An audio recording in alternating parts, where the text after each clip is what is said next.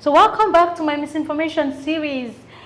This is the final episode, but of course, if you want me to continue, just say the word and I will gladly do it because I have a lot in me that I would like to share with you guys. But I don't want to bore you guys, so I'll stop here. But if you want me to, I will.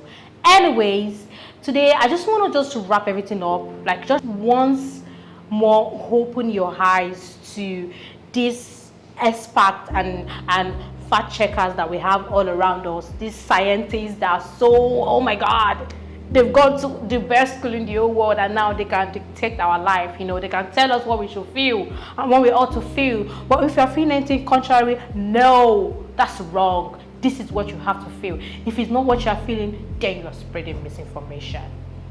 Okay, so I want to talk about climate change because the last time I spoke about climate change, I posted some of my shorts on TikTok and it was brought down for misinformation. I wonder what I said. What did I say? Oh, I said climate change is an excuse the global elites used to carry out that tragedy, and then that was misinformation, as if I was not correct. I want to list out the predictions that have been made by climate change experts that never come to pass. They've never happened. These are predictions because yearly we just hear climate change people. The global warming is so high, or else this world will just burn one day because climate change. We need to save the planet. The failed climate change prediction. Here we go. Did you ever wonder about the environmental predictions that never came true? It's quite a fascinating journey when we look back and see what we believed would be the end of our world. Turn the clock back to the 1960s. The prediction of the day was that we would run out of oil in 10 years, a fear that sent ripples throughout the world, leading governments to impose new taxes, supposedly to fund alternatives and save the remaining oil. Fast forward to the present, and it's clear that this prediction, while alarming, never came to pass. Next stop, the 1970s. The threat this time, an impending ice age expected to arrive in 10 years. Again, the panic button was hit, and taxes were raised to supposedly fund research and solutions to this chilling prediction. Yet, the feared ice age never came, and those taxes? Well, they never left. Moving on to the 1980s. The buzzword was acid rain. The narrative was that acid rain was going to destroy all our crops in 10 years. The solution? More taxes, of course, this time to combat this new environmental threat. However, a decade later, our crops were still standing and the acid rain prediction was a distant memory. Next, we hit the 1990s. The ozone layer was the topic on everyone's lips, with claims it would be destroyed in 10 years. Cue the introduction of more taxes to fight this new menace. Yet here we are decades later. In the 1970s, we were told, and many of you will remember this, that we're heading for another ice age, right? What scientists are telling us now is that the threat of an ice age is not as remote as they once thought. At weather stations in the far north, temperatures have been dropping for 30 years. Seacoasts, long free of summer ice, are now blocked year-round. According to some climatologists, within a lifetime, we might be living in the next ice age. Now that didn't happen. No. Oops. But some of the same experts who predicted global cooling started talking about global warming. But then again, those predictions didn't materialize. So today it's just called climate change. Right. It's just climate change. Yeah. For example, in 2008, Dr. Tim Flannery from the Australian government's climate change unit said, just imagine yourself in a world 5 years from now, so that would be 2013. 2013. Yeah, when there's no more ice over the Arctic. Oh. In that same year, Al Gore made a similar prediction. That was the common view of the mainstream climate scientists at the time. Now, the minimum annual coverage of Arctic sea ice has declined from a high of about 7.5 million square kilometers in 1990. But it was actually higher in 2020 than it was in 2012 at nearly 4 million square kilometers. And that's a lot of ice. That's still a lot of ice. In 2007, Dr. Tim Flannery predicted there wouldn't be enough rain to fill Australia's reservoirs. Yet, Australia has had major floods since then, right? Oops. In 1989, the UN said, entire nations will be wiped out by the year 2000 if the sea level rises are not stopped. Wow. A prime candidate they thought was Tuvalu. a nation of atoll islands in the Pacific Ocean. But Tuvalu actually increased in land area by 3% over the last 40 years. And a 2018 survey of 30 Pacific and Indian Ocean atolls, including 709 islands, showed that no atoll had lost land area in recent decades. So all of this failed prediction on climate change, is that not enough for questions to be asked? Because we are taking drastic steps. Right now in the UK, they're already taking step of carbon taxes. Do you even know what that means? Do you know what it means to, now we have to start paying carbon taxes. We have to change our whole way of living because of these carbon taxes. There were panels of climate change experts, people that were fighting for climate change. These guys have been fighting for climate change. And there was one question asked them, and none of them could answer it correctly. Take a listen to this. Panelists, what percent of our atmosphere is CO2? Repeat that question. What percent of our atmosphere is CO2, carbon dioxide? About 5%. 5? We'll go 7.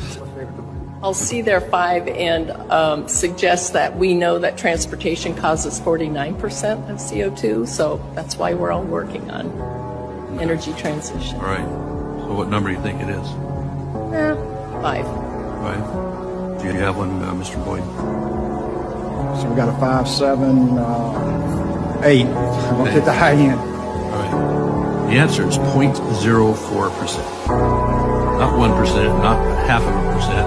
It's 0.04%. It's gone up from 0.03 in the last couple of decades. This is what we're being all contorted into doing, is this tiny change in CO2. If we get below 0.02, plant life starts dying. Wow, 0.04%, guys. And we are taking these drastic measures. The truth is, most people that are advocates or activists on these things, they don't even know anything about it. You know, people, like one man rightly said, he said that young people nowadays are looking for a cause to fight for. I mean, they have energy, they have to fight for something. If you're not fighting for the LGBTQ, you are fighting for climate change, we are fighting for free a particular country of... Oh, everybody wants to fight about something, you know. But I feel like energy should be directed. They should fight for the Lord, I guess. It's a good cause to fight for. I mean, he has stayed consistent all these years. So when you talk about climate change, there are reasons for this climate change to be questioned. Failed prediction upon failed prediction. Is that not enough for us to question even the existence of climate change itself? Is that enough? But no, you cannot question it.